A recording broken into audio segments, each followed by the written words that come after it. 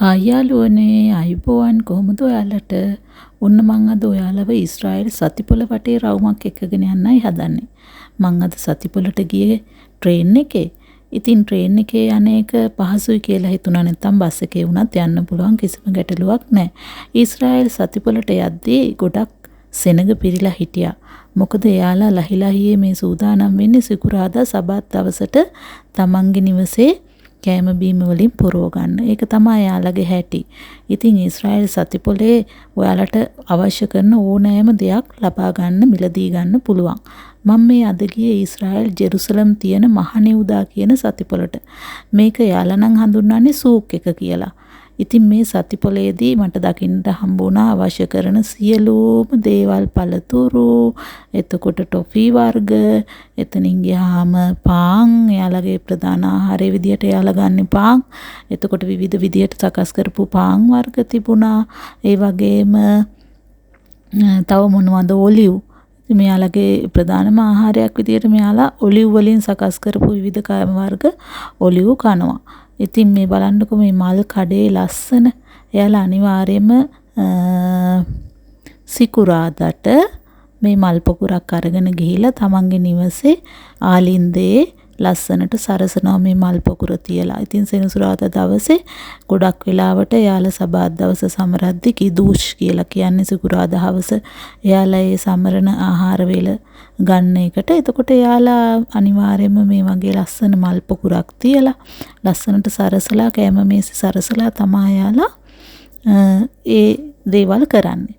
ඉතින් බලන්න ලස්සන එක එක විදිහේ මල්, මේ සියලුම මල් වර්ග ඊශ්‍රායෙලේ වගා කරන මල්. ඉතින් මේ ඉන්නෙත් මල් වෙලෙන්දෙක්.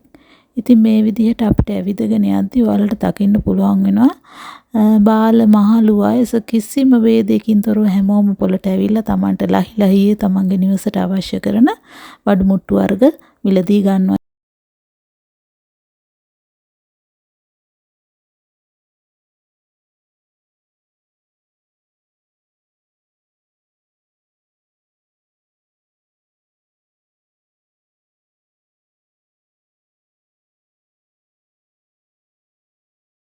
විවිධ ඇට වර්ග. මෙයාලගේ ප්‍රධානම කෑම වේලෙන් පසු මෙයාලා අනිවාර්යයෙන්ම කන දෙයක් තමයි මේ ඇට වර්ග. ආමන්ඩ්, රටකජු, එතකොට සූර්යකාන්ත ඇට, වට්ටක් ඇට, මේ විවිධ ඇට වර්ග එයාලා ආහාරයට ගන්නවා. ඒ විතරක් නෙමෙයි කෑම වර්ග හදද්දී මේ දේවල් පාවිච්චි කරනවා. ඒ විතරක් නෙමෙයි රසම රස රටින්දිත් මෙහි තියෙනවා. මේ තියෙන ටොෆි වර්ග. මේවා ඉතින් පොඩි අය නම් පුදුම කැමැත්තක් තියෙන මෙහි ඉන්න පොඩි ළමයි. බලන්නකො පළතුරු, මේ ඔක්කොම දේවල් ඊශ්‍රායෙලේ වැවෙන පළතුරු. ඉතින් ස්ට්‍රෝබෙරි එහෙම තියෙනවා ගොඩක් ලොකු ගෙඩි. ඔන්න ටොපි වර්ග තියෙනවා. මේ ඉන්න ගොඩක් අය ලංකාවට ටොපි වර්ග එහෙම යවන්න මෙන්න මේ සූක් එකෙන් තමයි ගන්නෙ. ඉතින් මේ තැන්වල ටිකක් සුපර් එකට වඩා පොඩි ලාභයක් තියෙනවා. ඔන්න මං කියවනේ මෙහි ඔලිව් වර්ග, ඔලිව් යට මෙයාලා අනිවාර්යයෙන්ම ඔලිව් කනවා කියලා. ඉතින් මේ තියෙන්නේ ඔලිව්. එක එක විදිය මේ තියෙන්නේ ස්වීට් සෝටිස් කෑම. ඒවත් හදලා තියෙනවා. හැබැයි අපේ රටේ වගේ ස්පයිසි නෑ. සර අඩුවට තමයි, සර නැතුව තමයි හදලා තියෙන්නේ. ඊළඟට අවශ්‍ය නම් මේ වගේ පැක් විදිහට මිලදී ගන්න පුළුවන්. ඔන්න ආයෙත් ස්ට්‍රෝබෙරි ගොඩක් තියෙනවා. ඉතින් පළතුරු වර්ග, එතනින් ගියාම නිවසට අවශ්‍ය කරන සියලුම දේවල්, ඇට වර්ග කඩයක් නැවතත් අපට හම්බ වෙන්නේ. ඉතින් බලන්න හරිම ලස්සනයි. මේ තියෙන වට්ටක් ඇට, ළඟට මේ තියෙන සූර්යකාන්ත, රටකජු. ඉතින් මේවත් හරිම ගුණයි. ප්ලම්ස් තියෙනවා. ඉතින් මේ දේවල් ඕන විදිහකට මිලදී ගන්න පුළුවන්. හැබැයි ඉතින් ලංකාවත් එක්ක මිල සංසන්දනය කරන්න නම් යන්න එපා. මොකද මිල සංසන්දනය කරොත් මෙහි මිල ආහාර විතරක් නෙමෙයි සෑම දෙයකම මිල ටිකක් අධිකයි. හරි, ඉතින් ඔයාලට බලන්න වීඩියෝ කරන අතරතුර මටත් අවශ්‍ය කරන දේවල් මම මිලදී ගත්තා. දැන් 100ත් එක්ක කිදූෂ් ලෑස්ති කරන්න මට යන්න ඕනේ. එහෙමනම් යාළුවනේ මෙතෙක් ඔයාලා මගේ වීඩියෝ channel එක subscribe කරලා නැත්නම් වීඩියෝ channel එක subscribe කරලා like එකක් දාලා comment එකක් දාලා තියන්න. අවශ්‍ය දෙයක් තියෙනවා නම් comment එකකින් අහන්න. description එකේ මගේ විස්තර සියලු දේවල් දාලා තියෙනවා. ඒ වගේම caregiver, construction, agriculture, hotel වගේ රැකියාවලට එන්න බලාපොරොත්තුවක් තියෙනවා නම් ඒ අවශ්‍ය කරන තොරතුරුත් මම වීඩියෝ වලින් අරගෙන ඇවිල්ලා තියෙනවා.